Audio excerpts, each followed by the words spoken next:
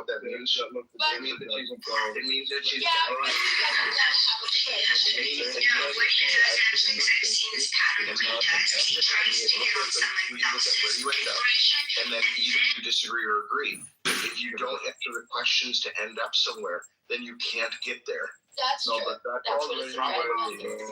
It's stupid. They made the call. Okay, shut up. Look, I was the one who made the call. I understand. And be clear on the specifics of the encounter and the event, not in the abstract. So when you can break it down to the specifics, you can then see whether there was a denial of a due process or right. But you have to define the case study. You have to. Yes, but there's so many But you right weren't now. doing that. You were talking in the abstract. Look, Yeah, but I think I'm looking at a lot of the cases where I do feel in this current administration. Look. Now we know what conclusion Ray Vela is drawing. Right now, specifics do you think might be relevant here, Abby? Like, What I think would be relevant is the behavior of the victim in those scenarios, whether the victim was in their law right protesting, they were protesting either at a permitted protest, or it fell within time, place, the matter.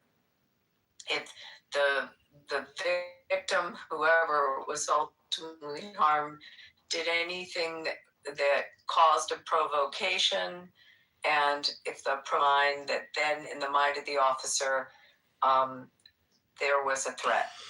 And you just have to go through who did what, who's what, when did they did it, what time of day did they do it, how did they do it. Those are all questions. When you have someone make a blanket statement, someone's denied their due process, I will never just accept a statement like that. I want to know, I got to break a fact pattern down. I'm sorry, that's how I... saying that there was specific. Can I just read something? And by the way, that's how you should all think when you hear these things. You should break it down. Look, okay, Brian, you've heard like the criteria that Abby was using, right? Do you think you could point to like specific cases where you think a reasonable person or maybe understanding of the law? Yeah, my understanding of law, and we'll go back to the Alex case. Yeah, I'll go back to the Alex case because I mean, my concern largely, and Abby, I love your insight on what the officers were perceiving, but from your fact pattern, it appears that when you look at it to Alex and those who were around, he did not approach with force, and again, that is yet to be determined because according to his attorneys and other people's attorneys, there was no force involved. He was holding a camera. So a recording, according to the Eighth Circuit Court of Appeals, right? You can record, you have the right to record a police or federal agents, ICE and CBP in public places, as long as you're not physically interfering with their work, right? Okay, so quick question for you.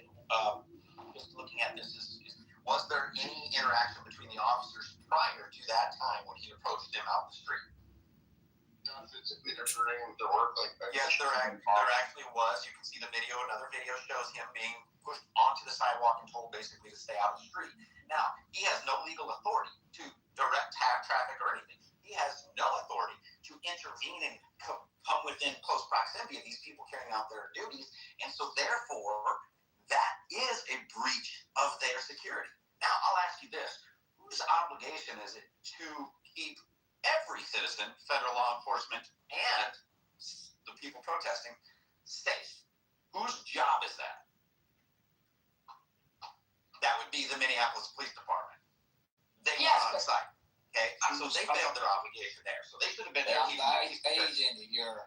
All right, I'm going to pull it over for you from here in this room. So here's the deal. He then came back out on the street, then interfered.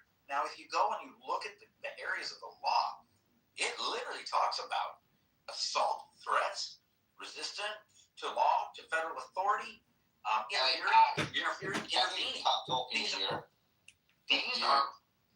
are all things that are all facts if you look at the law. And if you look at the law, these are the things that are going to matter in the case. Now, he had an interference before. He was told to stay on the sidewalk. He ignored them and came at them again. Okay? So this man has a history of defying authority. Which would then put in the reasonable mind, which puts in the reasonable mind of the officer that he is potential threat because that history, you know. And Abby, there's threats. They literally show video body cam footage of these officers being told streets saying that they're going to kill them. So, as soon as there's threats, that's enough. Once the threat So happens, they're being charged with, if they're being charged, officers being charged with the crime, No. may I finish? His actions mitigate the possibility of a crime being committed by them because his actions mitigated it by having the prior threats. There you go. well, but there was excessive force, which is the Fourth Amendment.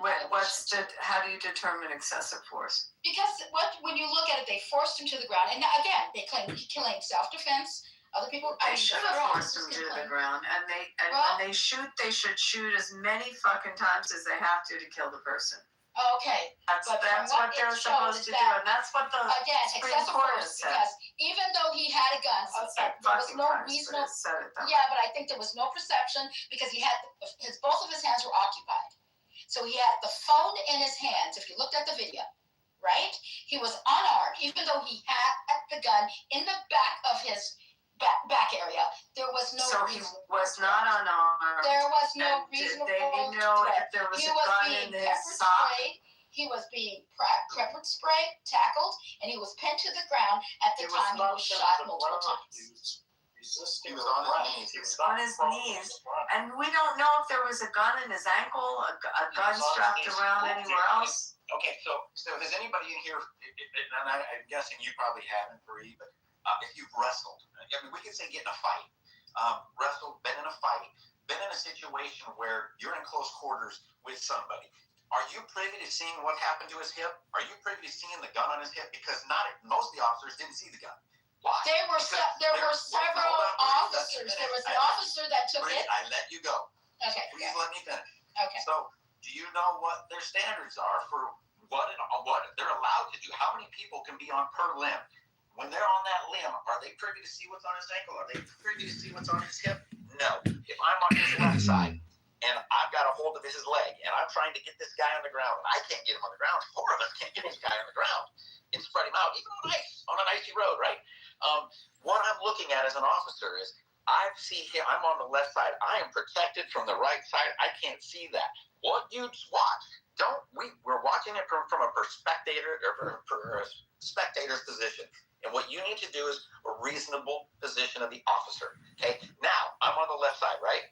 All of a sudden I hear gun, and it is a split second later. The gun misfires. What he hears, I'm on the left side. I hear gun. I know all of us have a gun, so we're not going to yell, we have a gun. When we hear gun, we're thinking guy on the ground has a gun. I hear gun. I'm on the left side. I hear a discharge of that firearm. You're going to tell me that a judge is going to be like, now, you should have waited to see if that was a gun in his hand, because if you look, he did reach back to the right side. He didn't grab it. It was gone. But it doesn't matter. If I'm on the left side and I'm protected from seeing that, I have to act reasonably to do what? Protect myself and others. Say he fires the gun and misses me, but he shoots somebody on the sidewalk. Then are you going to say, well, they were beating him up and it was an accident he shot them, or is he going to be charged for firing that gun? I'm going to go back one step further and go, what are the legal requirements for you as a gun toter? You're carrying a gun concealed, and a riot, because that's what by law it is. There's violence, there's threats, and there's intervening and interfering with the officers. All of those things lean to riot. What are the legal requirements at that point? To remove yourself, the weapon, from the scene.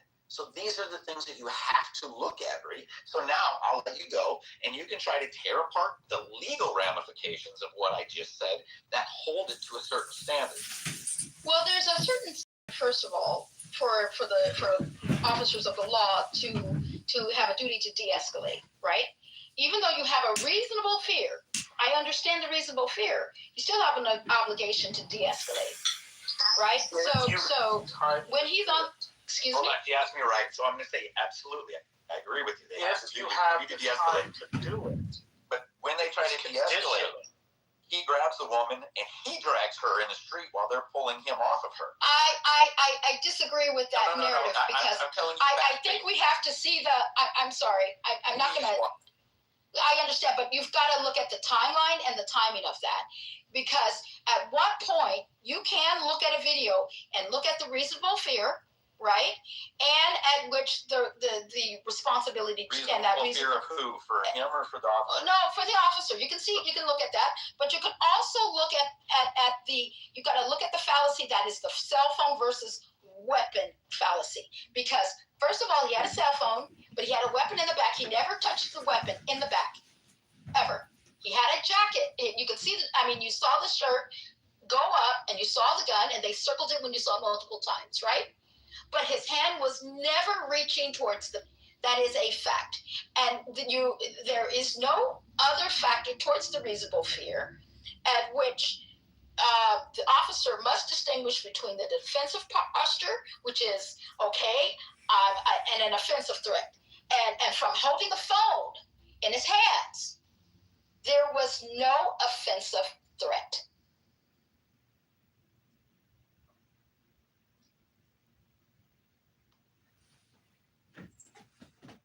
Where he kicked the police car and they detained him. Oh yeah, that was like a week before. Ice, you left out something about the facts of the case. The CPD was brought in to do crowd control because ICE was in the donut shop trying to apprehend somebody, and the protesters were blocking ICE from leaving the donut shop. That's what spawned this whole thing. And we don't know what happened prior to the video. This is so weird. Before she moved to the Bronx, she lived in Nashville. Really? That's She so moved from random. Nashville to the Bronx. You want me to be in your slow ass city? Nick, hold on. Nigga, we got a basketball team. We got 2 football teams. You have We got $1 million You want me to be in And your all the slow white ass people is buying up y'all property. My mama owned her property, so I don't know. That's a whole Okay. Hello, She-Ho. on the whole. No way, Jose, stop. You need to stop playing with me. I'm gonna be on a I'm not even playing with you. You start calling me names Nah, you first. start defending that petty level. So I gotta be a hoe because I'm friends with this nigga on the internet? Nigga that he'll still do business with pedophiles. Oh, God. See what you got me into, Simone? Sorry. Well, you're a hoe because that's not. Come on. I don't go that far, man. All right, no way, Jose. Now, when they move you down, I'm gonna bring you back up now. Bringing me up. I did not. Hey, you can't kick it with no panties. I don't give a fuck. Okay. And you from LA? You know how we deal with panties. You better stop playing. That nigga just sound like his wristband. What? Nothing. That's cool.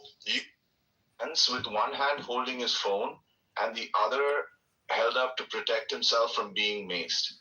Petty reached to wrap his hands around the fallen woman, apparently trying to help her up. An agent shoved Petty and the woman fell, still embracing.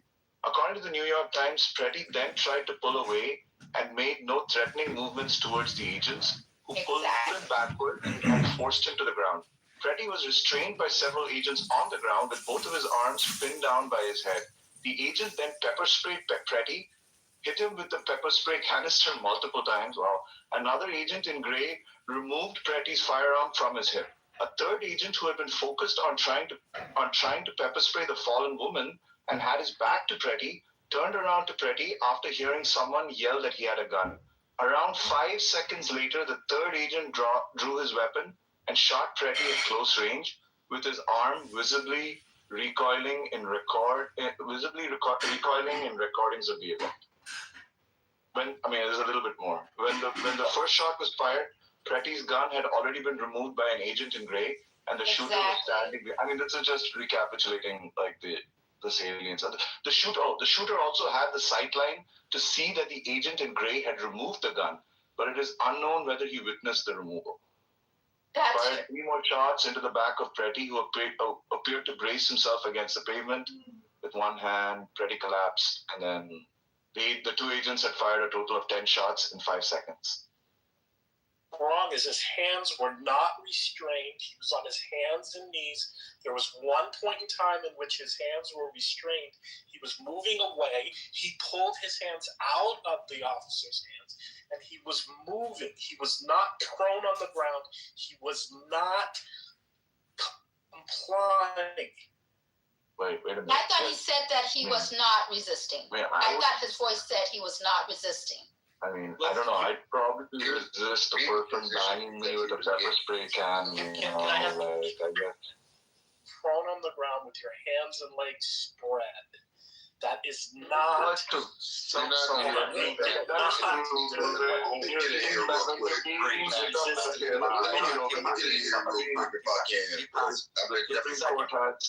Court has said very clearly that when you're being hit on the face with a pepper spray canister, you just sit and take it like a man. Agree. Yeah. So that's on Frankie. if you were not Or is this just going to be a source where it says Pretty was restrained by several. So you're disputing this part. I've watched. Pretty was restrained by several agents on the ground with both of his arms pinned down by the head. There's times in which they're not. There is a time after his hands were restrained where his hands were not restrained. It happened at the same time that the guy hit him in the head with the mace can. He was not complying. He was resisting arrest in every video. You're making two different claims here. One is that there was some point in time at which his hands weren't restrained. I'm not sure what the relevance of that is exactly. And the second is that, like, he was resisting arrest. I mean, like, what do you mean he was resisting arrest? He's down on the ground, right? He's gotten pepper sprayed. He's getting hit on the head with, like, canister of pepper spray. Pursuit? What do they tell them to do? At the end That is of a not the high-speed question. pursuit, they get you prone on the ground. You're flat on your stomach. Your arms and legs are spread in what they call the prone position. He was on his hands and knees. I'm not contradicting myself. Watch No, you're not asking the question, though. In what sense? Exactly what I'm saying, which is at one point in time, his hands were restrained by 2 of the officers. After that, his hands were not restrained, and he was moving around. He was not pinned. He was not prone. He was resisting. He was moving. That is technically William, how can you differentiate? Let's just get this. Sorry, go ahead. Thank you, Deepak. How can you differentiate? I don't know. Have you ever been jumped before by more than one person? When you're being jumped, right? When there's more than one person coming at you, there's a fine line between protecting yourself from not getting hurt from everything that's happening. And then, I mean, like, yeah, you're not, like, how can you differentiate him and say that he's resisting versus trying to protect himself? We already saw and know that he was trying to pick up the woman. We saw the pepper spray happen, right? Pepper spray, I mean, like, you're that's in your face. That's one thing. And now all of a sudden he's not resisting would be fighting back. He was bracing down because he was getting jumped. And by you saying, you know, you can't differentiate that. You have multiple bodies, multiple pressure points. A lot of things are happening. Anybody is going to rightly protect their body parts, their limbs, their face, their structure. He wasn't fighting. He wasn't punching and pushing, right? Resisting by bracing down to protect yourself by a bunch of external pressures who just, I mean, I don't know. Look, it's the third. Let me jump in here. I have a question though. I've been waiting for a while. I like to jump in here. I have a question. No new questions. We're resolving one thing at a time. No. We're talking about the same shit, bro. It's the same shit. Okay, then go ahead. Yeah. Then just when people jump in and say I have a question, it's usually but I've been waiting for a grip. I've been real polite. I've allowed everybody to get in front of me. Please keep it on topic. Would you allow me to speak? Let me know when I can speak. Keep it on topic. Okay, it sounds like he doesn't want to be on topic. I don't know. Are you going to go ahead or what? Dude, you're weird. But anyway, here's the point. The question, I know, I can tell. The point of it is are any of these people I fucking knew it. That 3-second pause. That 3-second pause can tell you that that's all we needed to know. Getting paid Okay, people come on stage thinking, they could try to fucking give a TED talk or some bullshit. Okay, look. So Bhima, I kind of said more people I wanted to say. So does anyone have a response to that?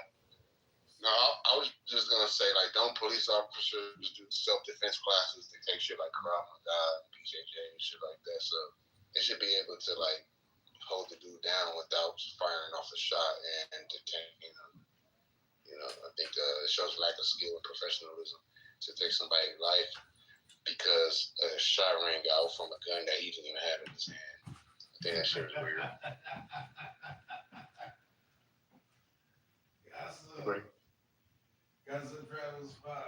I mean, Bhima's point is simply that, like, there's a difference between, like, resisting arrest and, like, protecting your body parts when you're being, like, smashed in the face with a pepper spray canister, right?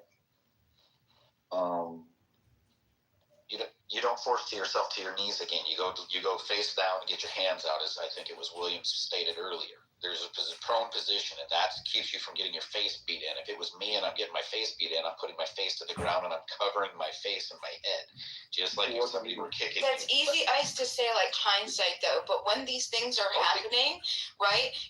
How many times have people done that, and their arms and shoulders have just been broken off? And I mean, like, there's just so many things. What do you mean? You just said without hindsight, because that's exactly what an officer is required to do, and what the law states is doing it without hindsight. Now, you're an officer of the law. How many officers get shot in the line of duty a year? You don't know, but I'm going to guess it's a lot. We're starting to drift off topic again. No, we're going back to the law. You wanted to talk about the fact you aren't in control. Yeah, bro. Act this way, there's a justification for the officer to act in their way.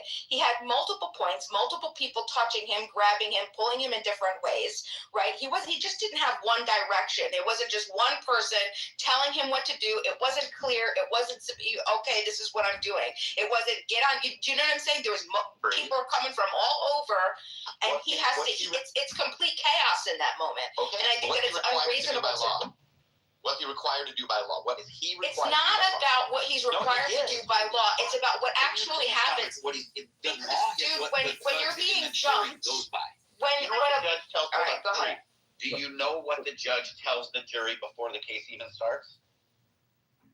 He explains the laws and how they are to view them and interpret the law. That's what the judge does. And so why is that? Because they have to understand what is expected by the officers and what is expected by the person being apprehended. When you start to resist arrest, the laws start to change. I beg you to please go read the laws. Don't interpret the laws, just read them. And that's great, but you gotta interpret the laws. You can have all the laws on the book. Sorry, we have to make oh my God. Look at other cases where cops got shot. Type of shit was that? Okay, that's great, CM. But look, if we're gonna look, the point at issue is whether whatever was happening there counts as resisting arrest, right? And I still don't see it. I mean, you're saying that there's a very specific position you have to go into when it's like it's like in kindergarten when they say crisscross applesauce, right? You cross your legs or you get sent to the principal's office. No, I don't think I suspect that's not quite how the law is supposed to be interpreted, right? Obviously there's behavior that's going to be clear to a jury and a judge as being resisting arrest, right? And there's another set of behaviors that won't be, right? And from what I read in this description, it doesn't sound like he's resisting arrest, right? So he's down on the ground. He's protecting his body parts from getting smashed in with a pepper spray canister, right? At some point, his hands were pinned behind his waist, right? Now this other guy is disputing. He's saying he saw the video and he's saying that's not true. I mean, okay, it's his word against the New York Times, I guess, who's done a freeze frame of the whole video. But okay, whatever. Look at my picture, and that's one of the freeze frames that they've done. They've shown this picture all over. You can see this is the point they started shooting, and you can see his right hand is free and off the ground. It's reaching outward towards the right side. On the left side, you cannot see. I don't know what I'm looking at. I'm sorry, but I just that one frame is hard to like. What am I supposed to be looking at? Like, what do you see in that picture? You see his backside with his right hand completely free. Nobody's on it. Look, I have no idea what I'm looking at. The problem is I've barely seen the original video. That's your evidence, bro? Are you serious? That's a freeze frame that everybody's putting out. It's just a lens sticking out of like a blue tackle. I have no idea what this is. There's one person that did that picture. You can't see it. It looks like two people, to be honest. It's two people on the right and left, and then Alex Pretty in the middle. Alex Pretty is on his knees in the middle, yes, and it's his right arm reaching back. You can see the other officers standing up, and they're starting to shoot. That's the point at which the gunshot started. They froze it there. To give context, do you all understand how hard it is to get shot by the police coming from someone who's had a gun on a police officer? This is not police. This is ICE.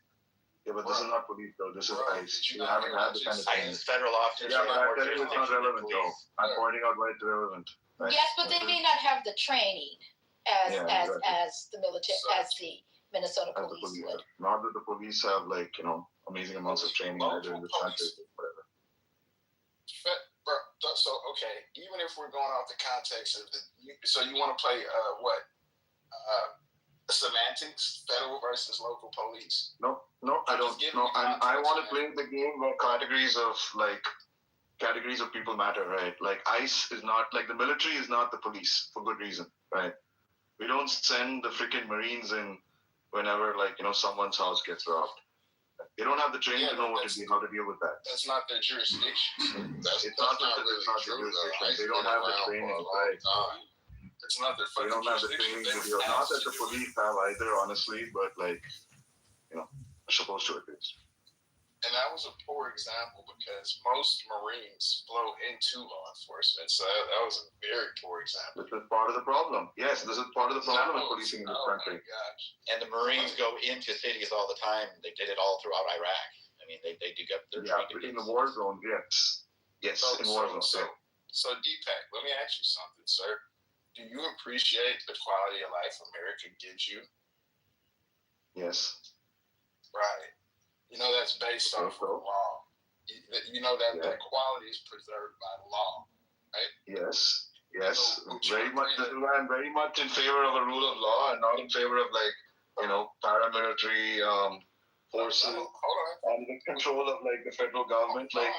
The kind of thing that I thought libertarians told us to watch out against, right? Well, a lot of that stuff comes from the G20. Law enforcement trains by the theory of having to operate one level of violence above what the target or what needs to be neutralized is operating. The fuck kind of principle is that? Where is That's called how you maintain. That might be your fantasy version. Look, that might be your fantasy version of GTA law enforcement bullshit. But that's not how law enforcement is usually been everything in civilized Western countries. Firearm on his persons and refusing to comply. Dude, it's more than just law and order. That might be your grassroots fantasy. That is beyond idiotic to employ that kind of behavior as a concealed firearm. Yes, you are. Yeah. And you talk about appreciating the rule of law in which this country was founded, right? You are a prime example, sir, of not appreciating the history at all. Of how you got the country that you neither understand nor deserve. Wait, what did you say? I said you are a prime example of someone not understanding, right, what the country, that, the principles of the country was founded on, right? That you neither, understand nor deserve. So, sir, I understand. Oh, go ahead, Alex. I'm sorry. This is Deepak. So I'm just going to run with you a little bit on the training thing. So it's a different type of training that they both do, and there's both on-the-job training and all of that both do, right? So knowing that the Minneapolis PD is better trained to keep the public safe in those situations when ICE is trained for deportation actions. where does the obligation lie for the security of the people on the streets? And that means whether it's federal agents, it doesn't matter. Anybody on the streets of Minneapolis, where does the obligation lie for safety? Like what? So what specific? Like you're saying, who's responsible? Where does the obligation for safety for the people on the streets, every single person on the streets and on the sidewalks, who holds the obligation for their safety?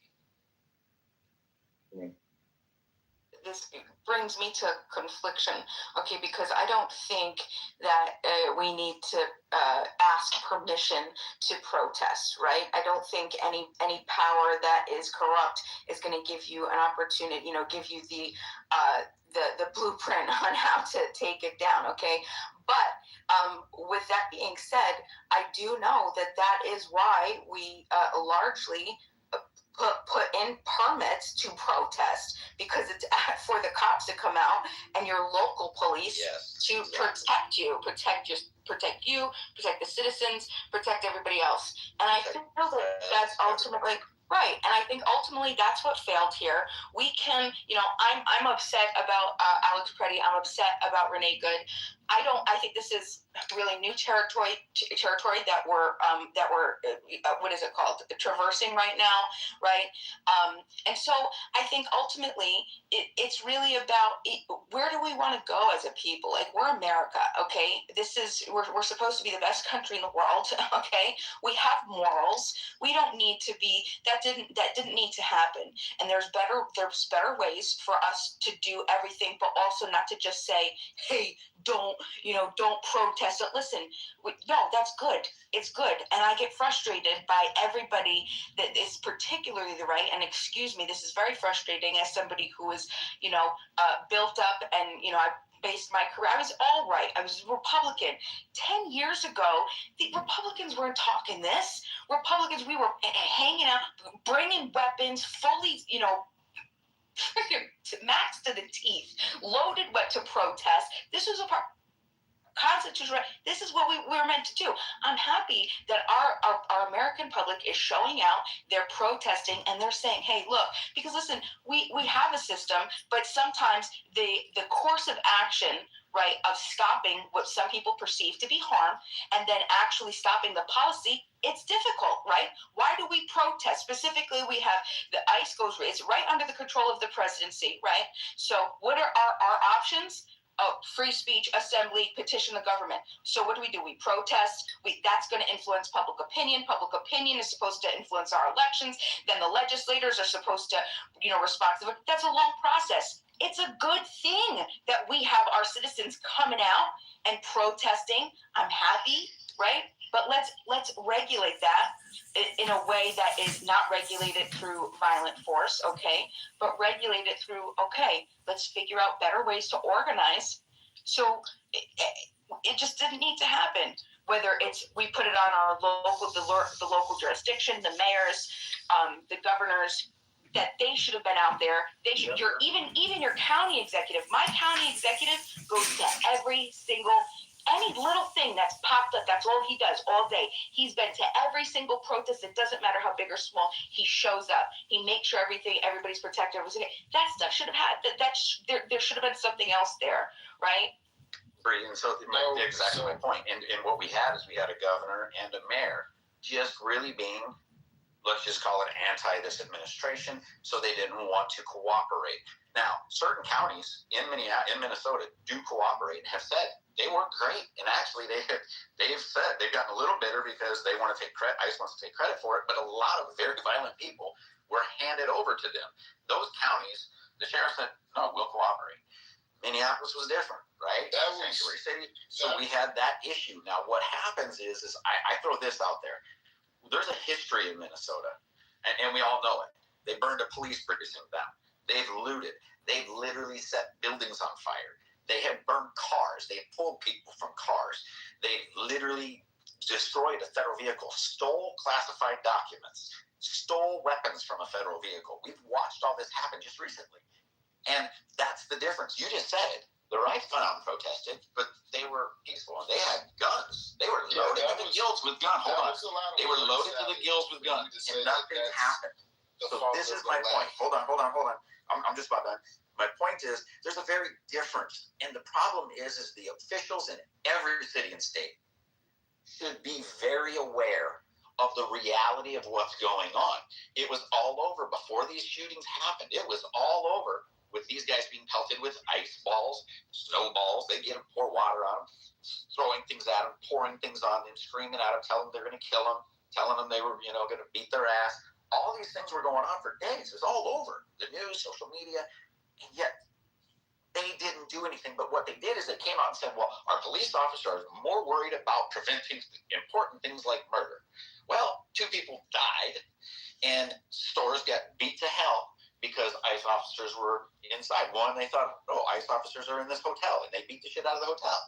Now, these are the things that if you had the police in the street, you'd start detaining people. Shortly after that, there was some place that they showed, like 750 people got detained. The cops said, there's enough of this. And guess what happened? Everything de-escalated. Okay, that's what we have to do. But we also have to admit we've got politicians who say things in office. Now, I'm going to use a standard that was set.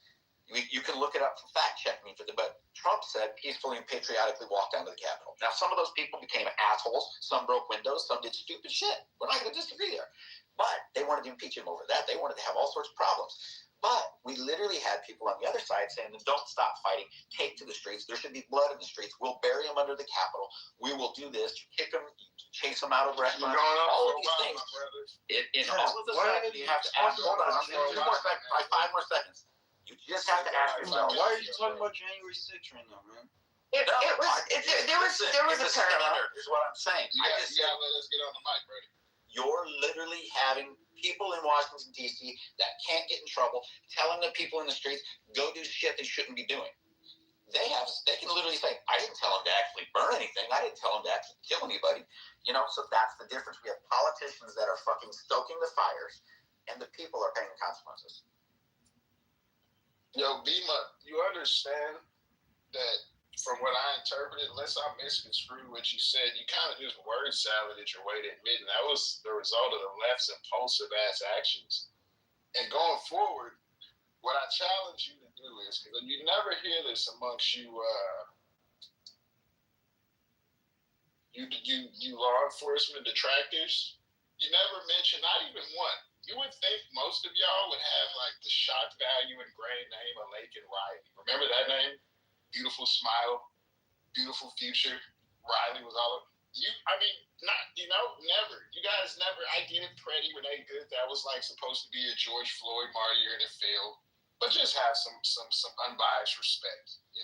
Mention some of the other people who were like good, contributing members of society and not purposeful agitators at a fucking protest. Yeah, I don't think that's why they're. Yeah, I don't think that's fair at all. I think that's fair. I don't think that you're being, take it for what it's worth. But I don't think that's. I can't even deem you to be credible, right? Because what you're telling me is that one, you know that these people have only gotten a paycheck and that they cared zero about what was actually happening. You were able to be in their brain. You have all these magical powers. Hold on. 1 second. So you have all these magical special powers that nobody else does, where you could be in the mind of these individuals, and you're able to mind read because you're so special about what their intent was and what they were trying to do. That's dishonest. There have been many people. Hold on, wait a second.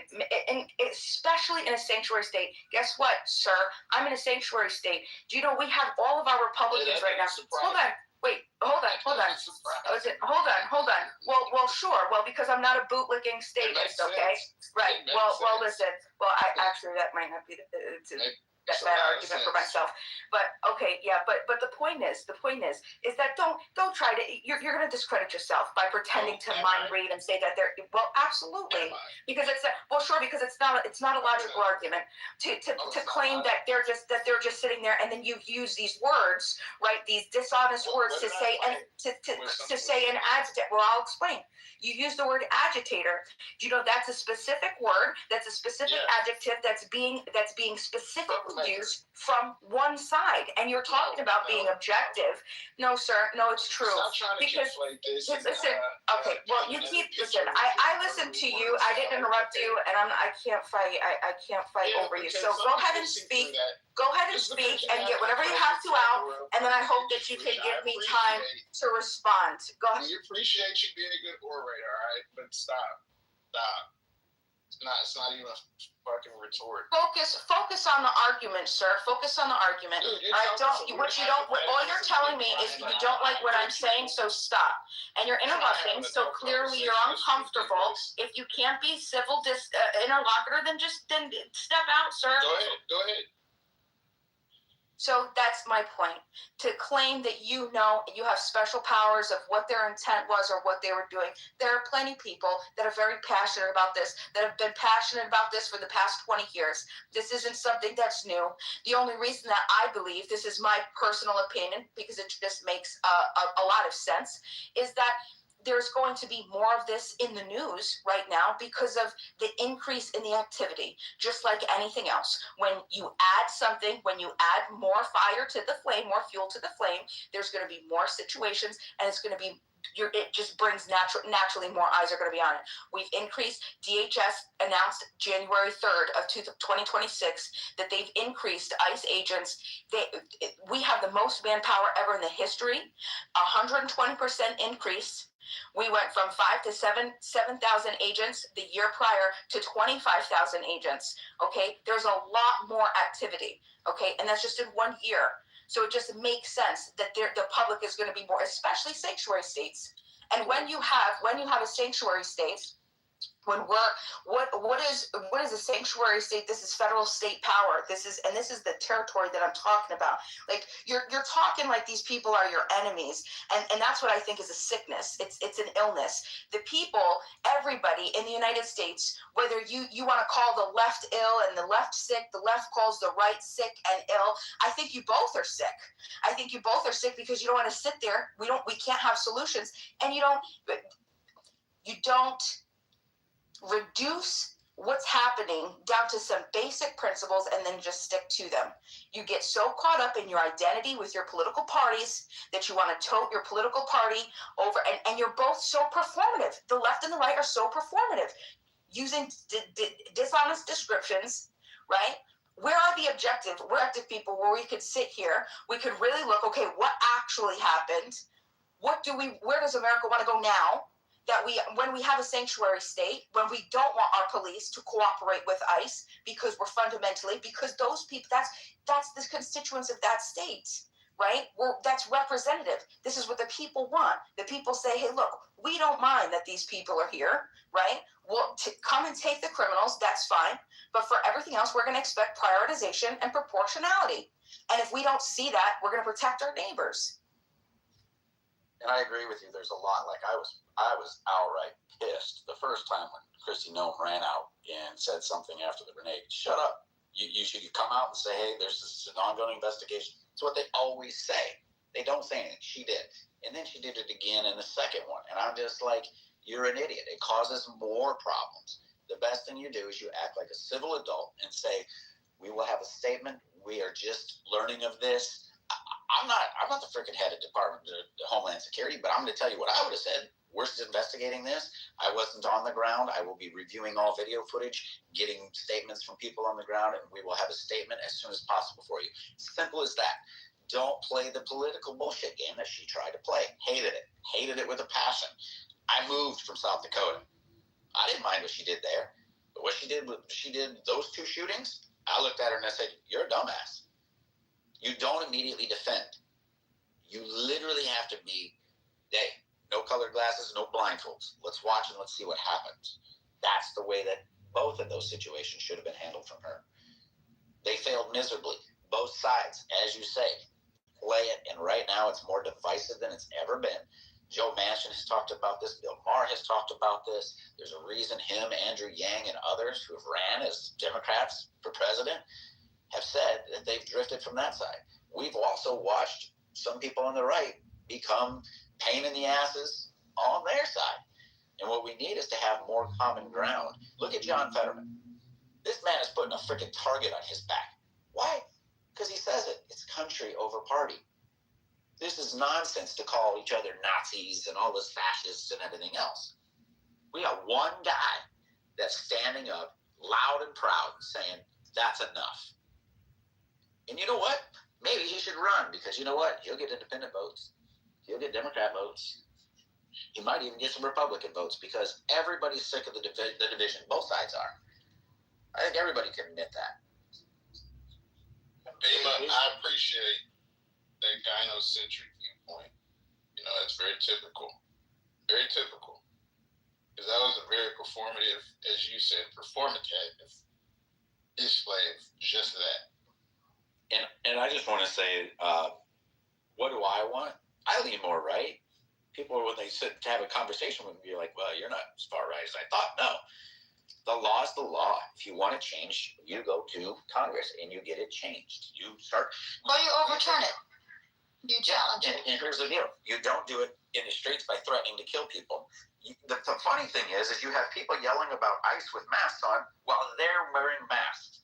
Well, ICE isn't coming to your house and just arresting Bema or Bob or Joe or me or Abby or anybody else. What are they going after? One thing. But guess what those protesters are doing? They're literally getting people's numbers, addresses, and doxing them. No, they're recording your pictures via Palantir software, and they're getting your face biometrics and putting it on a list. Yeah, and we also have the evidence that they were using Signal, and the fact is there was a guy's name was, I believe, Alex Q, who was summoned to that position 15 minutes prior. He got it. Before that, Alex Q was very active on Signal on that group chat. Since the day of his shooting, since the time of his shooting, moments before, Alex Q, I'll be there in 10 minutes, I think he said on his last message. Since he's been shot, Alex Q is no longer messaging. There's issues with that. They were literally running plates, doing those things. That's not okay, and it's all going to come to light. We can't have protests like that. I'm with you. Take to the streets and do it right. Hell, Martin Luther King, look at the shit that was said to him and done to him, and what did he do? March peacefully. He was leading by an example. You don't think he had anger? You don't think he had frustration? Oh, hell yes, that man did. But he knew you don't win that way.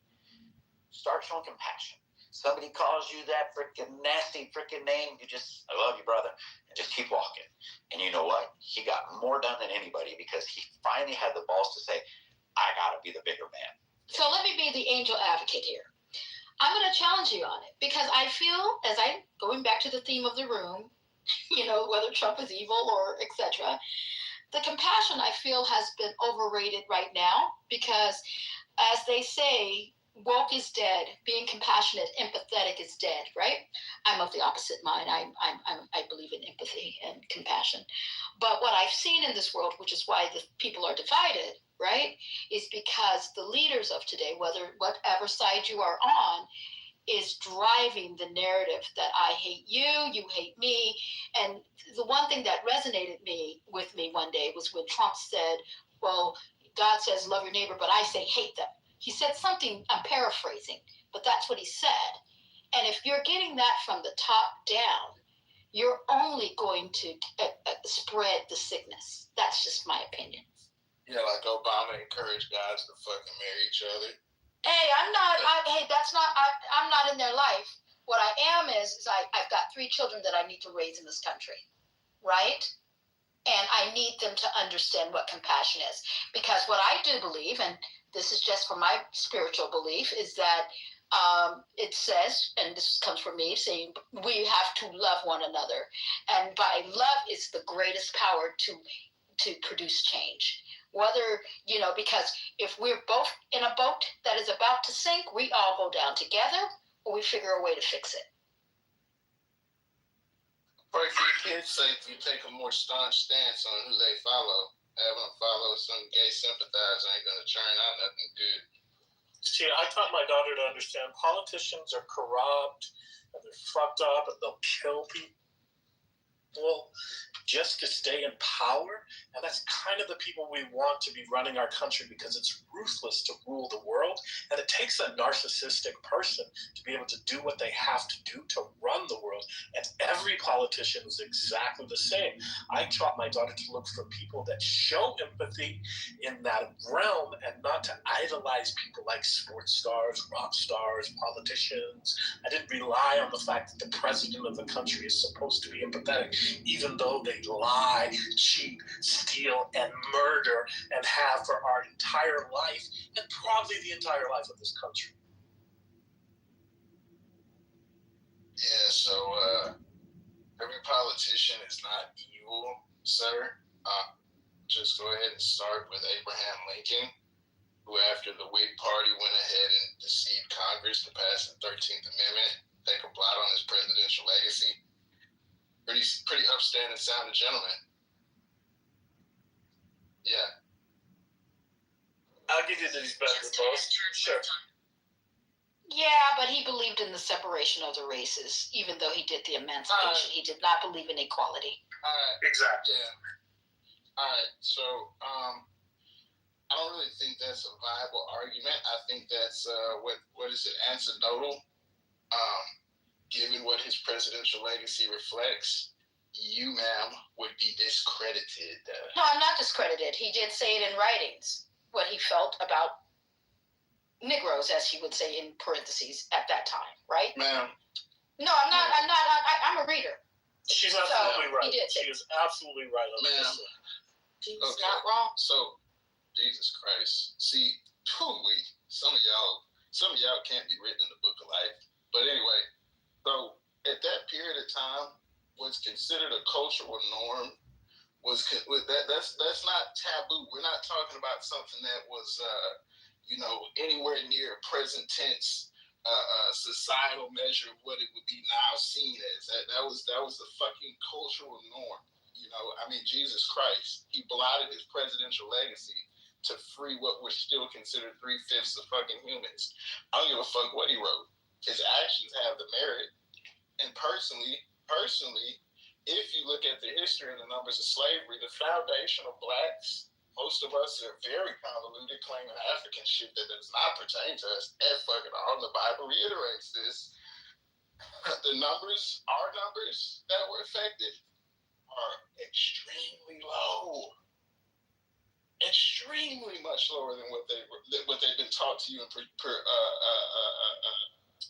personified as in fucking school.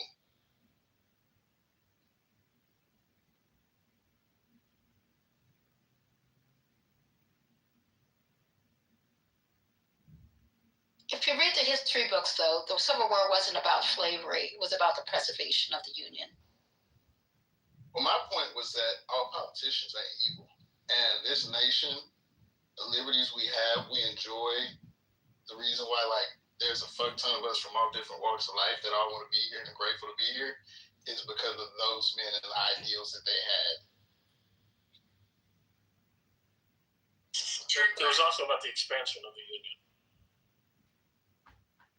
I mean, those are nuances that are, attached to this great vision. Just don't be so content with it. I think that's if I were to give you any constructive criticism, I know you didn't ask for it, and I know you definitely won't likely consider it or care what I have to say. But it's frustrating when so many people don't think that there's better ways that things could be done, and that we could have better solutions, we could have more peaceful solutions versus constant violent back force always. If we were, and if you believe in all of the things that you're saying about this nation, you understand that it's been an evolution from the very first document, from the Declaration of Independence. Okay, that was a set of principles that superseded the ideals of the time, the practicality of that time, and abolitionists, women's rights. We look to that to continue to push for the principles that all human beings are created equal with unalienable rights rights by their creator pursuit of life, liberty, and happiness. Right. And so what I would invite everybody to do is not be content. Know that likely there's a lot of things that we're doing wrong today that we're going to in 25 and 50 years, we're going to look back at 100 years and say, wow, right? The next generations are going to say, what were they doing? What was grandpa doing? Well, all that they just sat back and let that happen. Like, that's incredible, because we're going to be at hopefully such better places. Keep pushing for better options, for more reasonable options. We have to stop the tribalism and stop looking at everybody as our enemies. Like, if you want to categorize somebody as your enemy immediately, I don't trust you. I don't trust you, because you're not being honest with yourself. Because you're saying that our neighbors here, culturally, we actually want to harm each other, and we know that that's not true. We know that we all are human beings. We get up, we have our little issues, we got our health concerns, we got our family, we got the kids, we got the career.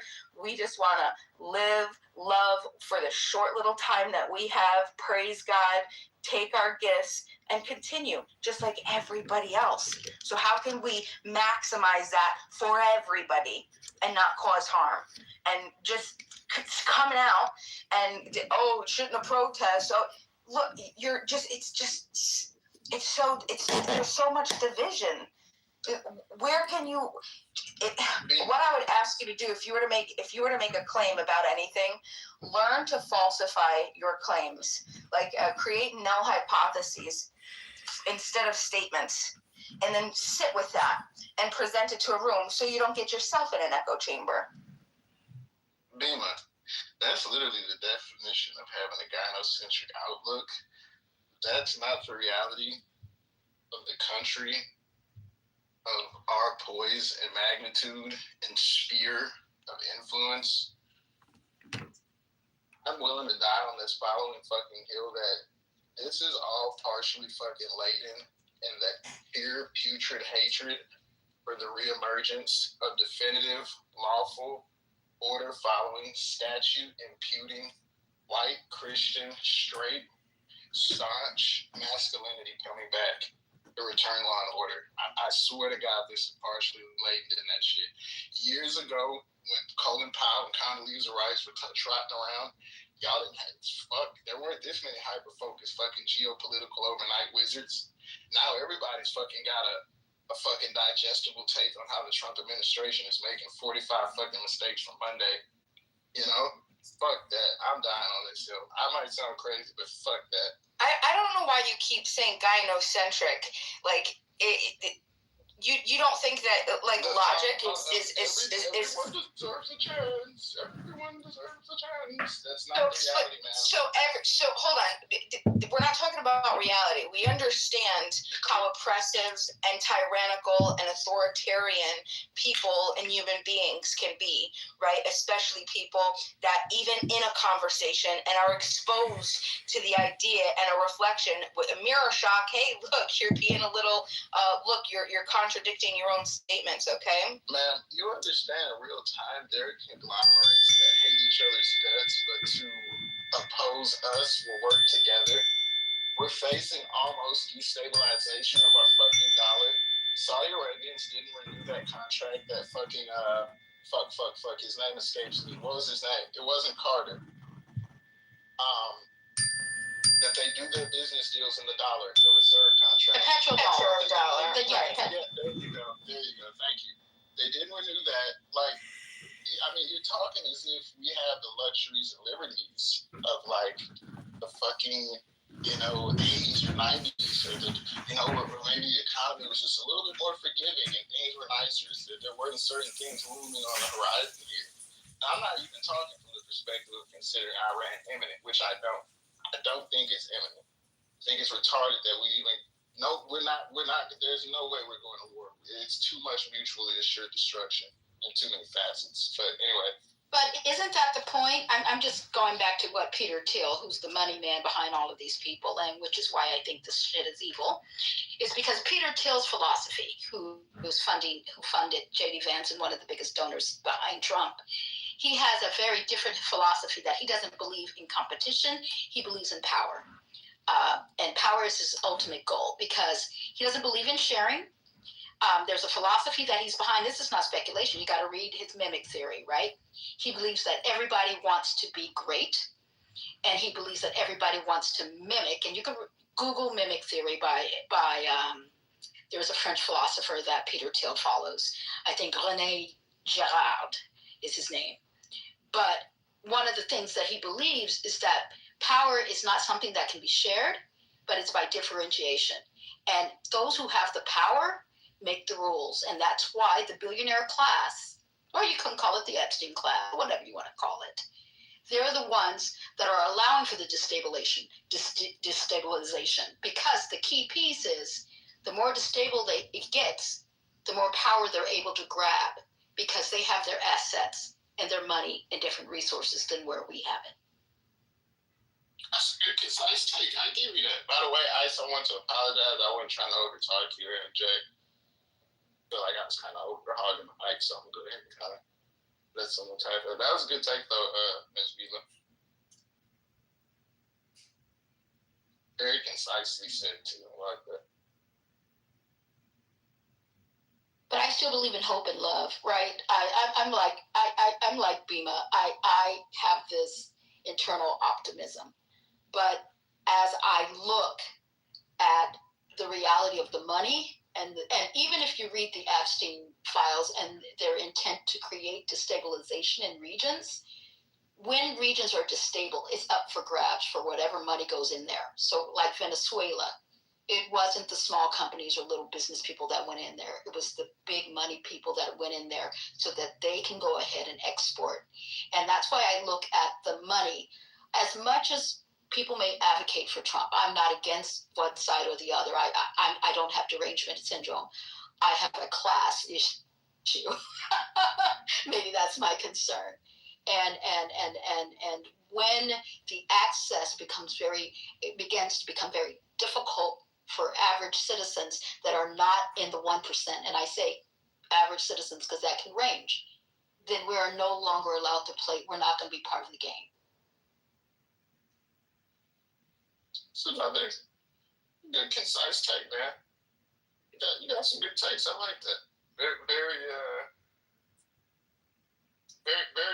prompt and astutely delivered.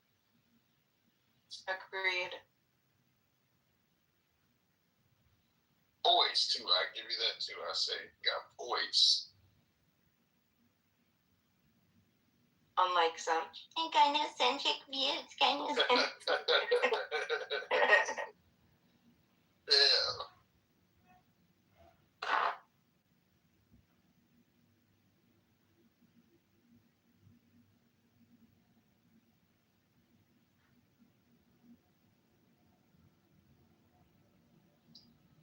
Mike is on you, Ives.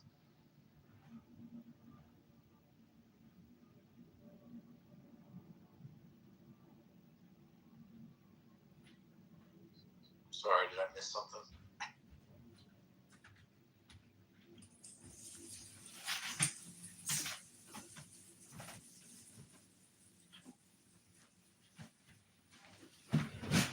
We're waiting for your logical mic that you have, Ice.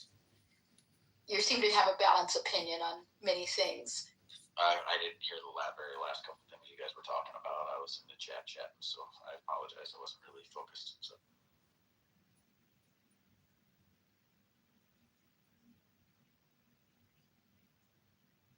I guess it goes back to the theme of the room. Maybe Trump is evil. Changed my mind. Yeah, I don't think he's evil. I just think he's brash. I think he's, he uses the same tactics, and they work. I mean, after Davos, you had two political leaders who do not like Trump, openly stated that they're not fans of his, but they said that they needed Trump to do this because Europe doesn't want America's fingers meddling in their business, but yet we want them to pay the bill. And it's time that Europe stands on its own 2 feet. Two separate leaders said that. And I was like, finally, this is all Trump wanted. He wanted them to start, hey, we can't carry the heavy load for everybody, for all over the world. world. And then you're like, wait, you guys aren't the world police. You want us to be. You want us to be the world's, uncle handing out the money. So, for me, I think there's the brashness of which he's always done things, and he comes out and says wild things. But in reality, he knows I'm only going to get part of that. But if I start really freaking crazy, they think they're winning, So I think that's what he does. And he's not a great speaker. So he just kind of goes with some side-ass stuff, and that's where he is. So do I think he's evil? No. I think he showed some compassion with some things he's done with other families. If you watched the speech today, this man is paying for a woman that nobody even knows to have cataract surgery that was there. This guy does compassionate things. But he doesn't want people to know he's got a soft side. He wants to be this big tough guy, which I think is dumb. I think it's good to show the soft side once in a while. But it's Trump. That's just who he is. So, he's a brash asshole. I think sometimes it's funny when he comes up with the nicknames. Other times it's completely inappropriate. It's just like, dude, just stop. So do I think he's evil? Absolutely not. He's got all the money he would ever needed. He really thought it would be easier to I can clean this up. I know it's broke because he was part of it. He's admitted that. Yeah, I know exactly what the loopholes are. We need to close them, That's finally something that was said. Name another politician that has said that. We need that. But the problem is we've talked about this earlier in the room. The corruption is so deep. You have people coming in, and if they're broke, and in a few years, they're worth $8 million. You got one who started a wine company who's only made one bottle of wine that's called Devil's Lies, which you can't even buy, and it's worth $15 million or whatever. It's like, this is what's happening. These guys, yeah. And then the other one's worth $8 million, and they asked her, you were in the negative when you got here. Can you tell us how you're worth $8 million now? And she refused to respond. She just kept walking. And I was just like, this is on both sides. There's a lot of wealth that's being generated. And I just want to say, Martha Stewart's poor ass, she just got, okay, you can call it insider trading, but somebody said, yo, shit's about to dump. Wouldn't all of us then say, fuck, I got to save myself? Well, look what the Pelosi's did. Bought a bunch of NVIDIA before they pulled the deal off for the government. Then, after they got a whole shitload of hell about it, they held on to it for a long time. Then all of a sudden, just before they're like, okay, fine, we'll make you happy, they sell theirs. And a few weeks later, NVIDIA tanks. Don't think that they had some inside information because there were some things that happened with the contracts with the government. You don't think they knew. We let politicians get away with it on both sides. And in my opinion, every single person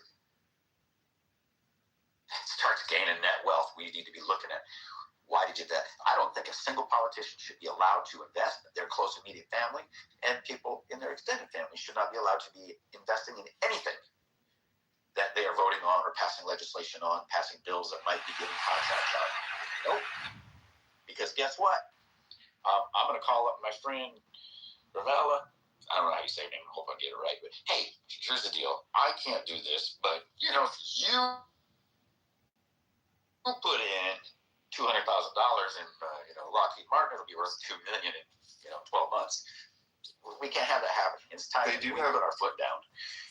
We need to have laws against that, but the problem is that it's difficult to track.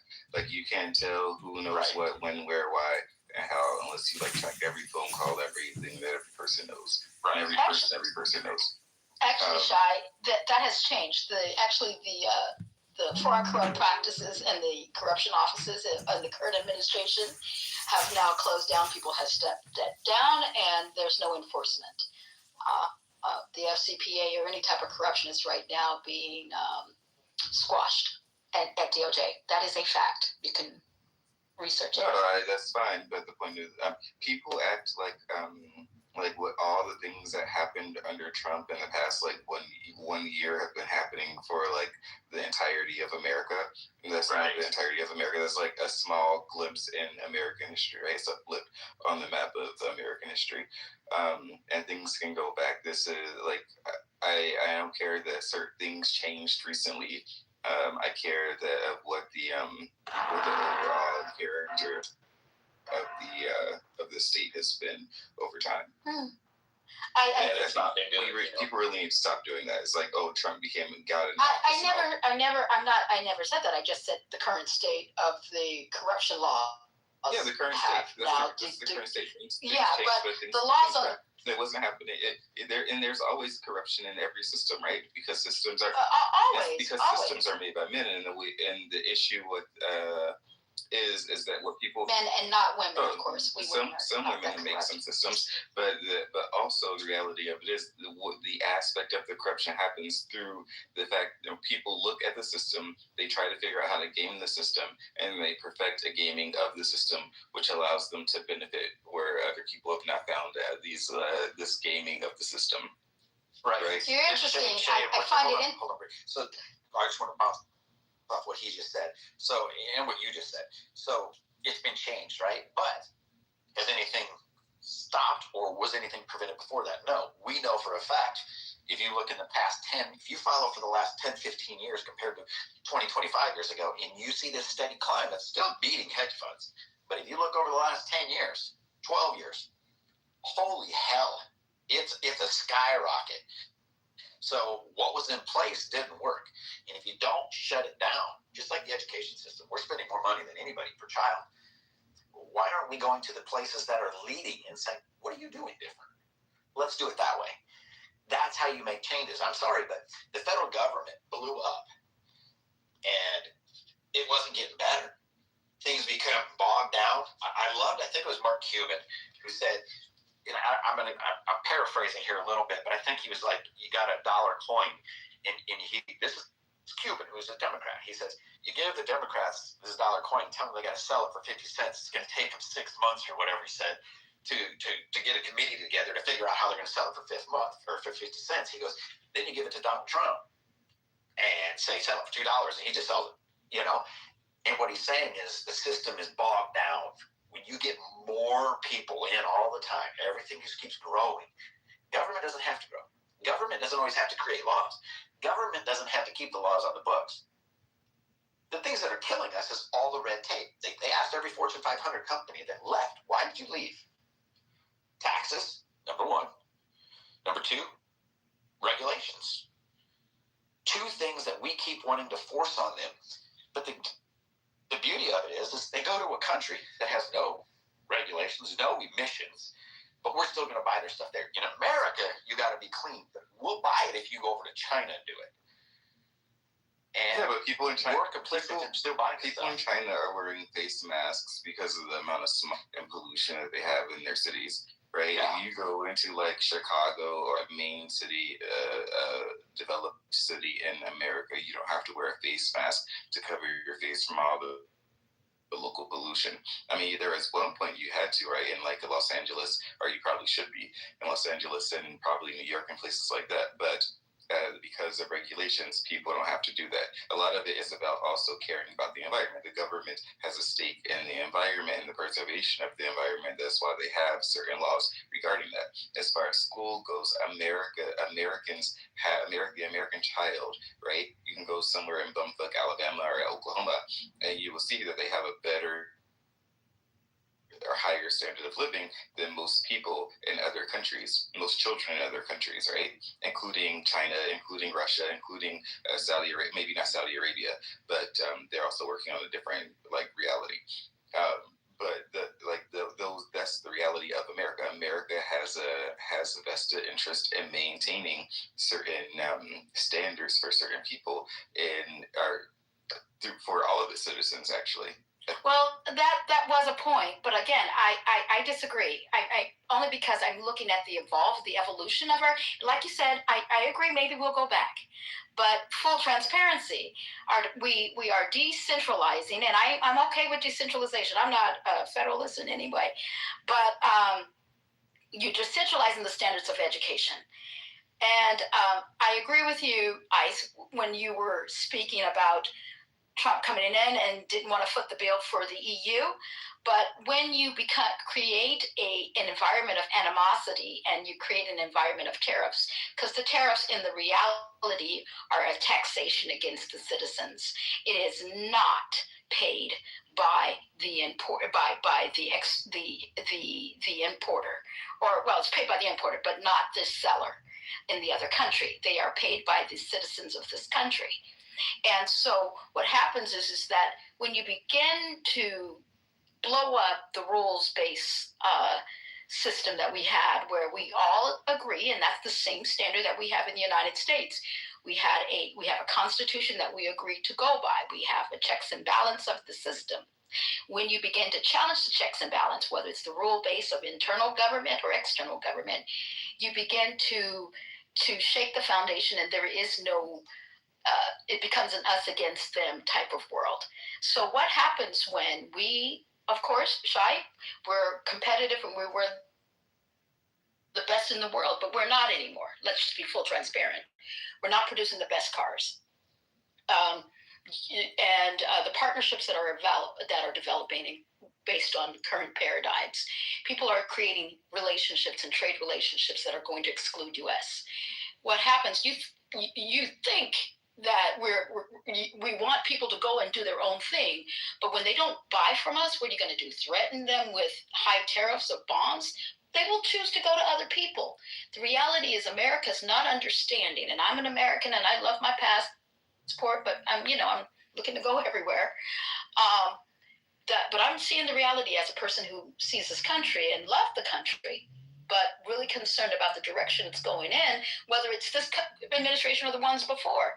When you begin to isolate yourself and you believe to rely on isolationism, and you refuse and you remove the competition where we become the best and the brightest in the world, and you begin to put international students and you ban immigrant. It's not just the bad immigrations. The students are not wanting to come to this country. They're going to Canada. They're going to all the other countries. The key piece to the innovation that I believe is the education that we have from many people, from people coming in and pouring into our educational systems too. That we are now, we've never been number one, really, to be very transparent. We're like number 25 or even 40 on the educational list.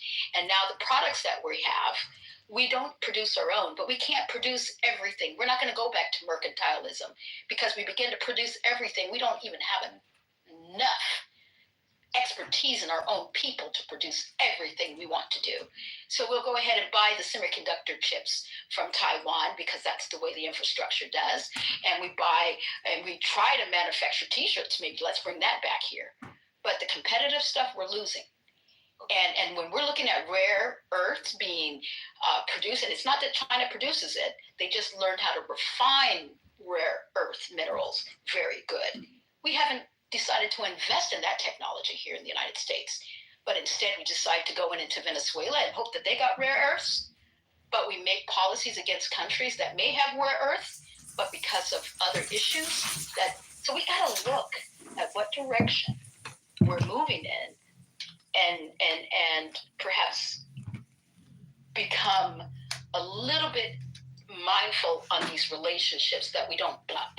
So there's something to that, but I know that the federal government in every country, right, has to think about the relationships that it has with other countries on all levels, right? So there are multifaceted issues with every country, and America, like every other country, has to make those types of decisions because countries don't work, like you said, in isolation. So the isolationists are wrong because everybody else in the world, like their economies are interwoven with one another, and they will continue to be interwoven with one another because no single country has everything that they need. So they have to borrow from this place and use this place to do some manufacturing and do some other stuff right here and there. As far as education goes, America's education issue is more so is individualistic. And if you look at the education system, is it individualistic? I'm sorry. I don't think we're individualistic. We have a standard. No, the American educational system compared to many other countries is very individualistic. No, we don't have a global standard. That means, but we do. It's not. excuse me. There is a mandatory K through 12 education, right? Which means you have to educate your child, but you can educate your child at home. You have to make sure that they like meet certain like criteria as far as like reading and writing and arithmetic, those types of things, right? And that's the foundation that's given to you by the state to ensure that you are educating your child. That is something that's mandatory. But you have vocational schools, you have various other facets of schools. You have that in other countries too. Very, very seldomly. No, Germany, you have it. You have the Realschule, you have the Hochschule, and you have the university. You have the same thing in France. You have the traditional Bac, you have the baccalaureate, you have the Bac. You have different countries. In Japan, you have the same thing. I'm well A levels, O levels. It's so different. We're talking about like these top schools or countries of schools, right? That you're talking about, which include Russia and China, which I was speaking about specifically, not Western Europe. No, I said Japan and Singapore. They have O levels, A levels equivalent. So they're just as competitive. The standards about math. Let me just be full. We're very weak and sad at math. We don't even know what geography is. I agree with you, and yet people from all of these other high level countries are going to American universities. No, they're not anymore. They're going to Canada. They only have it in the past. They're not coming here anymore. No, you're talking about in the past couple of years. I'm just talking about in the past 10 years, 15 years, 20 years. Yeah, but there's a trend to shift. What those people did was they went to America, sent their kids to America, learned how the systems worked better, and then imported them into their countries. That's what happened. They learned from what America was doing. They copied it, and actually in some of those countries they actually have satellite campuses for the top universities in America, so that they can still teach their kids. But here's the funny part: they weren't American citizens that came here, though. See, if we were so good, we would be producing our own talent to that great level, right? I'm not disagreeing. And exporting our talent to other countries. So what I'm just saying. Hold on. You didn't even allow me to finish my point. You just wanted to excuse me. I wanted to finish my point. The fact is, if you ever look at Chinese or Russian education systems, which are the highest in math, Я знаю, я говорю по-русски тоже. Yeah, I understand the Russian. Give me a second, ma'am. Give me a second to let me finish. That you will see that their schools are hardcore factories, right? Their schools are hardcore factories. A fifth grader is doing high school level math and science in Russia and China that would compared to a fifth grader in America.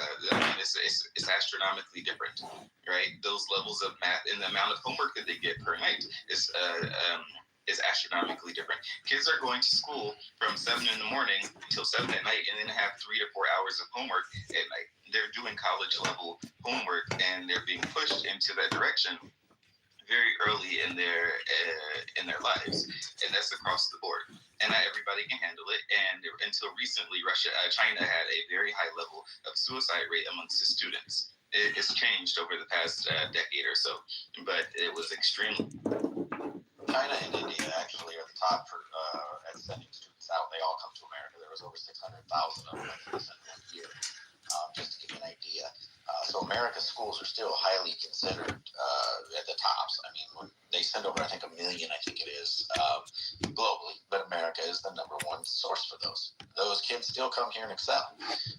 There's a reason. There's the way that they've been raised to understand the education system, to respect the education system, to respect the education itself. Number one. Number two, to say that we're not a manufacturing superpower, you'd have to explain to me then. I never said we're not manufacturing. Well, you said we can't be.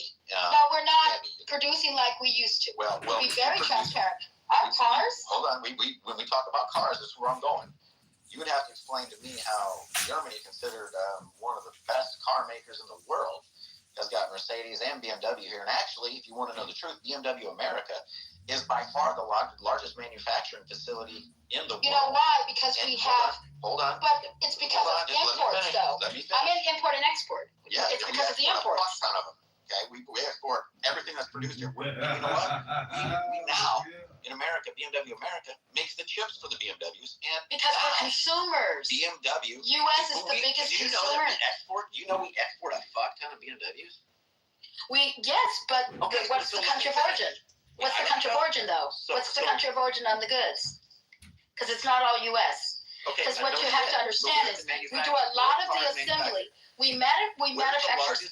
We're not doing all the finished parts here. What Bavarian Motors facility by March 1 year broke the record in the history of the company for the most sold pre-sold BMWs. That's an exception, though. No, it's not an exception. It's been happening every year since. Okay, so what's true, but I'm saying the BMW line of importing. I let you roll. Okay.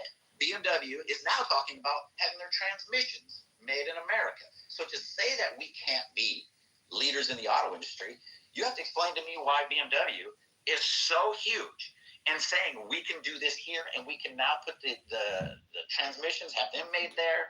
And you know what? Now I'm going to go a little bit further. Okay, they're proving that it works. They literally have tests to be able to apply. That's how many people they got wanting to work for them. Okay, so people will line up to build cars, and they make money, clearly. But we want to talk about tariffs. What are tariffs? We heard the Supreme Court say it. They're taxes. Yeah. Right?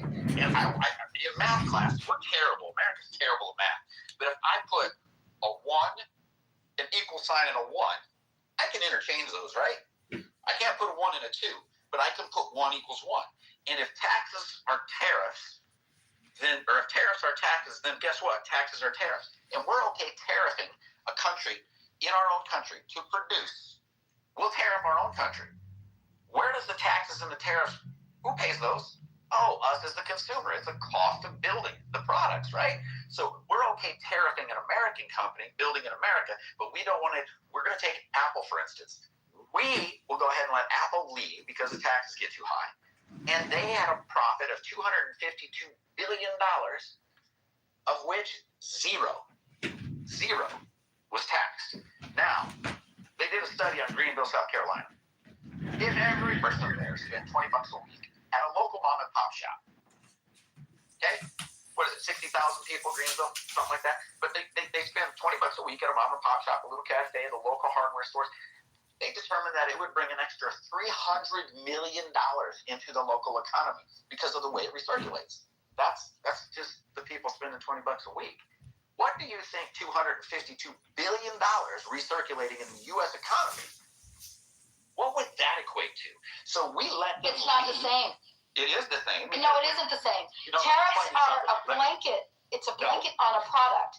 Now, taxation, the taxation of a corporation, when they do and build the facility, it's a different taxation of sales, generation of sales. It's not tariffs. When they sell the product. Yeah, but when they sell the products, the sales of the products of what's sold at Apple, they're sold. We're going to sell a hairdryer. Yeah, when you're selling that's sold. That's sales tax. That's sales tax within a region. So a state will have a sales tax. A city will have a sales tax. Every time I buy an Apple phone, it has a sales tax. If the Fed raises the taxes, who the fuck pays it? Do you think you're seeing it differently? The feds will raise. No, I'm saying it very clearly. No, actually, you're seeing the taxes differently. Okay, hold on. No, because tariffs and taxes, there are taxes on people, but they're applied in different ways. The importer pays the taxes on goods that come in, and that importer passes its cost on to the citizens, and that can be anywhere in the states. Right? Anywhere. Whereas sales, when you're talking about Apple producing $200 billion worth of and not paying taxes, that was a profit. Because they incorporated themselves. First of all, they're incorporated, I think, in Delaware. But when they do their sales structure, what was going inside and how they structure it, they probably got a sales entity in the EU, which captures most of their international sales. Where you missed is you didn't listen to everything I said. Their overseas profit was $252 billion. That's the point. Yeah. Okay. And that's the difference. Hold on. Every country, every company. Simple back and forth. You've never let me even finish. So this will be a simple back and forth. I'm okay doing that with you. $252 billion. Let's just say that American companies, they don't pay fair share. What's their fair share? Do you know what they pay? What would Apple pay on taxes? What would their tax share burden be on $252 billion in profits? You're still missing the point because No, tariffs. Because they're going to have an incorporation outside. Completely. They're doing it on purpose. No, I'm not doing it on purpose because I don't think you're seeing. No, taxes and tariffs are two different. They're still taxes, but they're not applied the same way. The Supreme Court said they No, They didn't say No, they're they applied did the same way. not. I said taxes are They tariffs, said tariffs but are they taxes. roll down to They the did not consumer. rule the tariff Taxes for of a taxes. company, taxes on the company is taxes on the company. Yeah. Tariffs are taxes on the citizens and the consumers of that What is- company, Okay, so of that country. you don't- That's you don't- not big true difference. either, and Apple is incorporated in California, so there's a lot of misinformation going on. Yes, but they're incorporated. You can have an incorporation, but their legal entity, I believe, has the Delaware courts because of the tax structure in the United States. You can break it down. A lot of companies in Silicon Valley. I don't think that's true. Okay. Our taxes cost of doing business. Bottom line. Yes. Thank you. That's my point. And when I have a business and I look at that, I look at my profits and I said, shit, I got to pay more taxes. Guess what I do to my prices? All my buildings, every single one of them goes up. Why? I'm not eating it. Maybe not. That depends on market forces. Can you raise your price and still sell your product?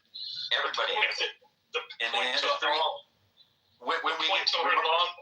her The point to her long rambling thing that she completely failed on is the fact that the tariffs have brought in $5 trillion in jobs and infrastructure, manufacturing, $500 billion. Where? Give me your evidence. Give me your evidence. Give me your evidence. Don't interrupt me. Let me I'm just finish. asking for the Do you have evidence. impulse You're control? spilling Do facts. you have impulse control? Because you No, won't yeah, let maybe me I do, finish. but I just You need when won't you're let spilling me stuff, finish. give me facts.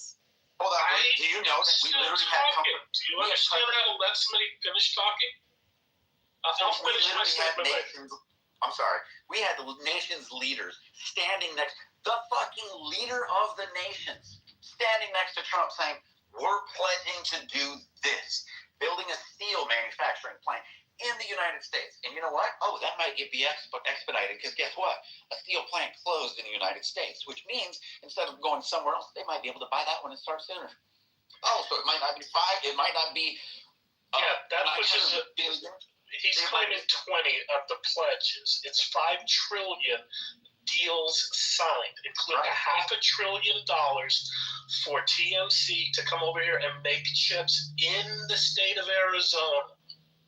Look it up. I don't have to provide my receipts. Go look it up. Yeah, I know Do your TMC. research. It's in Arizona. That I'm familiar with. Full disclosure, I work for Google, but I'm a professor in the daytime too. So you can look at me. So I know that. Well, you're jumping all over me to going prove it. I'm telling you the facts. $5 trillion in deals came out of Trump floating these tariffs and causing American jobs to be created. A tariff is not a tax. The Supreme Court did not rule it a tax, and I can prove they didn't rule it a tax. And if Abby's still in the room, I bet you she'll back me up on the law of the ruling, just like she backed me up the last time we had a Not conversation. really. She didn't back you up About the law. really, but She completely backed me. no, she didn't. But But anyway, go ahead. they didn't rule that a tax is a tariff. The tariff is not directly a tax to the American citizen in every I said to the single consumers case. in the It's US. not. If the market forces can get the raised price, they're going to raise the price and pass it on. If they can't, they won't. It's not happening across the board. And right now, with the economy struggling, because it's struggling more than people believe it is, and it has been for years now. By what measure? What's that? By what measure? When we just look at the spending, when we look at what the GDP is, when we look at housing. GDP is up. It was up to 4 something. They're predicting the Atlanta Fed says it's going to go 5, maybe 6. Right. Okay. It's been up Wages are up 4.4.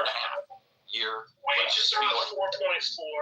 Right. The CPI is down. It was 2.7 at the end of the quarter. It's dropped to, I think it's 2.4 right now. Unemployment's a bit higher. It dipped very, very minor. But by what measure are you saying the economy's messed up? Okay, let's go to the decline, because I'm going to go back to the manufacturer decline. Yes, we declined in 2025 and 2026 at the very beginning. So from let's do the whole year. The prior year, 2025, job losses were between April 2025 and December 2025. All the way to that time, we lost about 72,000 to 108,000 jobs, right? So there's a stagnant job growth too. So you can't say they created jobs, because when the economy is slightly declining, you're not Factory creating jobs. That's why you have the market. That is why you have the market that you do have, because the tariffs also create a strain and availability of cash by the companies that were paying the tariffs, at which they also limit the hiring and the goods for coming into the country. You had small businesses, as in the woman who was working up. There are several people who are working on Etsy that had small businesses, and we know that small businesses are the blood of this country, where they had to pay the increased amount on the tariffs. One example was, what was it called, rose gold, that this woman was making goods on Etsy. You can look up that little piece of case. She had a problem because the tariffs increased about 40%. We're not talking about the 15% that's part of the IEEPA tariffs that were now considered illegal, right? It was the blanket tariffs that were put in place, and she had to close down the doors. A lot of small business, because the profit margin was so slim, that they had to consider either laying off people or close their doors. And that is the reason why there was a decrease in some of the job losses, right? Okay, so you said that manufacturing is down. It's up 0.64% year over year. I think it's 2.4. So look at the manufacturing decline in 2025. Okay, you said 2026 is down, but 2026 it's up 0.6 already. I just actually looked that up. But what I will tell you is this: manufacturing. Everybody thinks big manufacturers. Do you know what percentage of manufacturers are over 100 employees? Like less than 17%. 93%, I think, are under. No, 70% are under 20 employees, and 93% of those provide health insurance. So manufacturing isn't these huge conglomerates like Apple that we need to bring back. Nails for homes. There was only one manufacturer 10 years ago. I don't even know where my nails come from now. Guess what? We can bring those jobs back, and they can be profitable. There's manufacturers all over this country doing it still and making great money. I can tell you, I run a manufacturing company. We do engineer wall fucking panels, roof panels, in ag buildings, commercial buildings, homes. We do it all. Okay? And what I'm telling you is, now, there's a decline. Now, I'll tell you this. That's not true. The numbers on manufacturing just came out, and they're up. I don't remember the exact percentage. Come on. Yeah, but they're not sustained. That was just based on January, and not even February's over yet. We're talking about the entire 2005. And your numbers, you've got to look at what's available, because there was a government shutdown and the numbers were not being produced. But nevertheless, when we're talking about manufacturing, you're looking at chemicals, food and beverage, and tobacco, and you have a small number that do computer electronics, which is about 60%. And we are up 2.4% year over year. Yeah, but they hit 6.6. Is that what Trump numbers told you? No. Okay. You just go look them up, please. Okay, whatever. Oh, okay. Whatever. Now, here's what I'm going to tell. I'm going to slap the living shit out of somebody out there. I know, because we heard for 4 fucking years. We had record growth. No shit, dumbass. We fucking shut the country down. But good God, let's let the Democrats get on TV and say, I'm not taking so many fucking new jobs this month. Well, fucking let me shut the bitch down. I'll shut this fucking country down, and then every motherfucking day I'll set a new record when I open it. For fuck's sakes, it's not hard to say all these things that they've been saying for fucking 4 years, and then they say, well, we're just riding our coattails. When something bad goes wrong, it's fucking Trump's fault. When it's good, it's the fucking last guy's fault. And let's be real. Whose fucking fault is it that we got 22% inflation in 4 fucking years? You just took fucking 22% out of every dollar somebody makes and fucking pulled it out of their paycheck. I hope you like it. Guess what? There ain't nothing about that economy that was good, but they told us it was. They told us the inflation was transitory. The fucking left economists, the left-leaning economists said, guess what? Inflation's going to be way up here this quarter. So I guess we both can agree that the numbers are not good from either side. We have to admit we were wrong. We didn't expect this. We didn't see it coming. You had the Fed not lower interest rates, and part of the fucking chair, the board, wrote a dissent about it, saying we should be lowering it. But now Powell didn't want to do it. Why? Fuck it, it's anti-Trump. We all know that. He's pushing that motherfucker hard to lower rates. Lower rates and see what happens. Because guess what? I love it when somebody says, well, when I bought a house back in this year, we paid 14%. Yeah, the house you bought was $62,000. Why don't you go see what it is at 6% when you're spending $500,000? Totally different fucking category. And this is why people are totally off. You can look at all the numbers back then when it was 2 and 3% for freaking mortgage. House sales are going to fly. This is why prices went through the roof. Prices over doubled. On the water down here went from $1 million, bro, very nice lot, to $1.25 million, to now it's over 2.5 for any lot. And you got to tear the house down because it needs to be tore down. That's over double. On the Intracoastal, $5 million plus. This is what happens when you do things. And I thought it was bullshit. You should not have lowered the interest rates that low. There's a lot of things done throughout all of that. The $3 trillion stimulus package we had totally destroyed us. We were at 3.8 or 3.9 trillion, I believe it was, before COVID. They added $3 trillion, and we're actually above that number. We never lost that $3 trillion. It's not coming back down. They're just finding new ways to spend it because America knows we're already up to 6.8. Let's go to 7, and it's going there. This is what's happening. We got a government that's just sitting there spending money, and guess what? We want to blame inflation on the president?